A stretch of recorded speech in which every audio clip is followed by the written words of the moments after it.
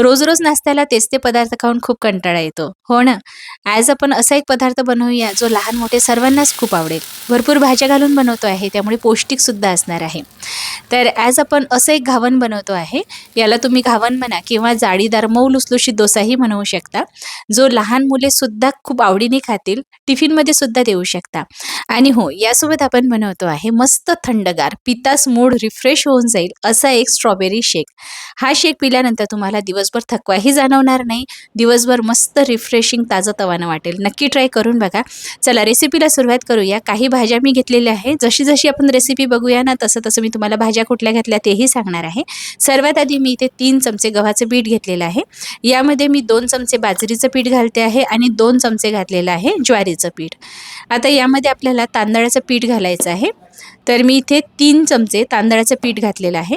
यासोबतच बारीक चिरलेली पालक घालायची आहे, कोथिंबीर घालायची, टोमॅटो घालायचा, थोडं प्रमाणात सर्व भाज्या घालायच्या, खूप जास्त प्रमाणात घालू नका. लसूण आल्याची पेस्ट, बारीक चिरलेला कांदा, हळद घालायची आहे, थोडं धनेपूड घालायचं, चवीनुसार मीठ घालायचं आहे. आता यामध्ये पाणी घालायचं. तुम्हाला आवडत असेल तर तुम्ही यामध्ये गाजरसुद्धा घालू शकता. गाजराची चव गोडसर येते, त्यामुळे मी यामध्ये घातलेलं नाही आहे. पण तुम्हाला घालायचं असेल तर गाजर तुम्ही घालू शकता. सिमला मिरचीचाही वापर तुम्ही यामध्ये करू शकता. पण सर्व भाज्या घालत असताना अगदी बारीक चिरून घालायच्या आणि कमी प्रमाणात घालायच्या, खूप जास्त घालायच्या नाही. तिखटपणासाठी मी हिरवी मिरची घातलेली आहे आणि यामध्ये भरपूर पाणी घालून हे मिश्रण पातळ करायचं आहे, दाटसर ठेवायचं नाही. आपल्याला जाळीदार डोसे बनवायचे आहे किंवा घावणही म्हणू शकता तुम्ही. त्यासाठी हे मिश्रण पातळ असायला हवं. रेस्ट करायला काही वेळ बाजूला ठेवूया. चला आता शेक बनवण्यासाठी ना इथे मी स्ट्रॉबेरी घेतलेली आहे.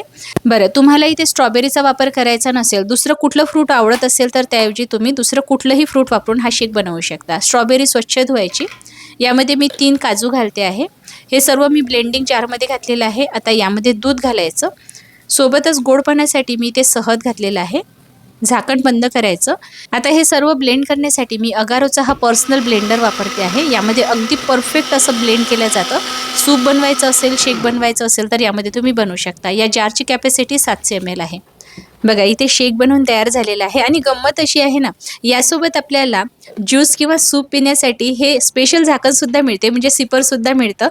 तर तुम्हाला दुसऱ्या जारमध्ये किंवा एखाद्या ग्लासमध्ये ट्रान्सफर करण्याची गरज नाही. डायरेक्टली तुम्ही यानेच पिऊ शकता. मस्त चविष्ट असा शेक इथे तयार झालेला आहे. पिल्यानंतर खरंच खूप मस्त लागतं, म्हणजे दिवसभर रिफ्रेशिंग वाटतं.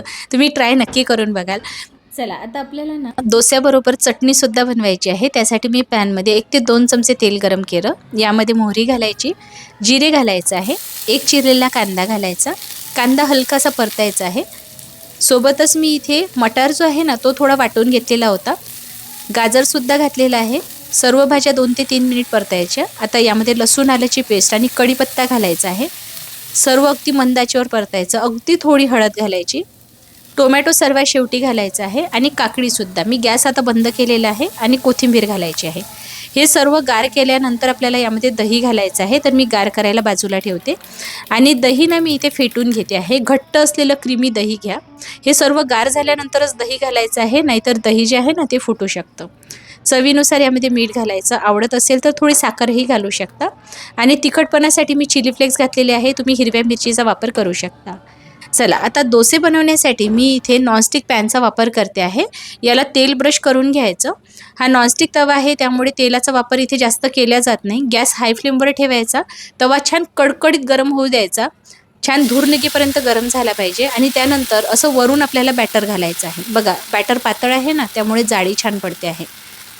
आणि बॅटर जे आहे ना ते खूप जास्त दाट घालायचं नाही, कारण जाड असलेले डोसे ना खायला तितकेसे छान लागत नाही.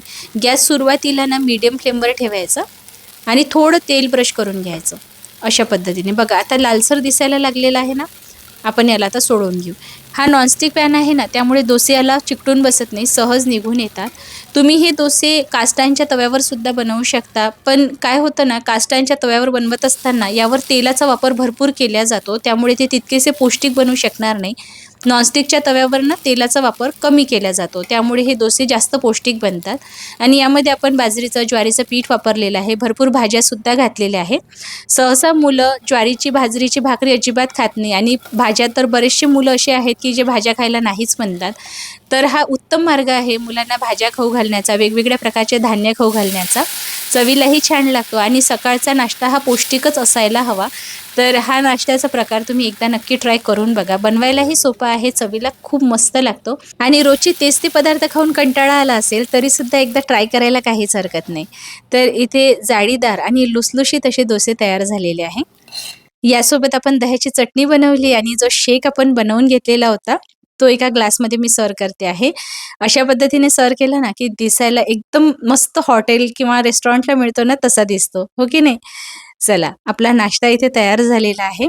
सकाळचा पौष्टिक नाश्ता जर असा असेल ना, तर दिवसभर मस्त रिफ्रेशिंग वाटतं, ताजंतवानं वाटतं आणि थकवा अजिबात जाणवत नाही.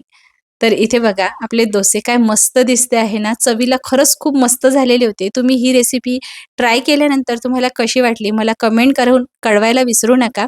जर आवडली असेल तर लाईक, शेअर नक्की करा आणि अशाच नवनवीन रेसिपी जर तुम्हाला पुढेही बघायची असेल तर घरोघरी अन्नपूर्णा या यूट्यूब चॅनलला सबस्क्राईब करून फेसबुक पेजला फॉलो नक्की करा. लवकरच भेटूया. धन्यवाद.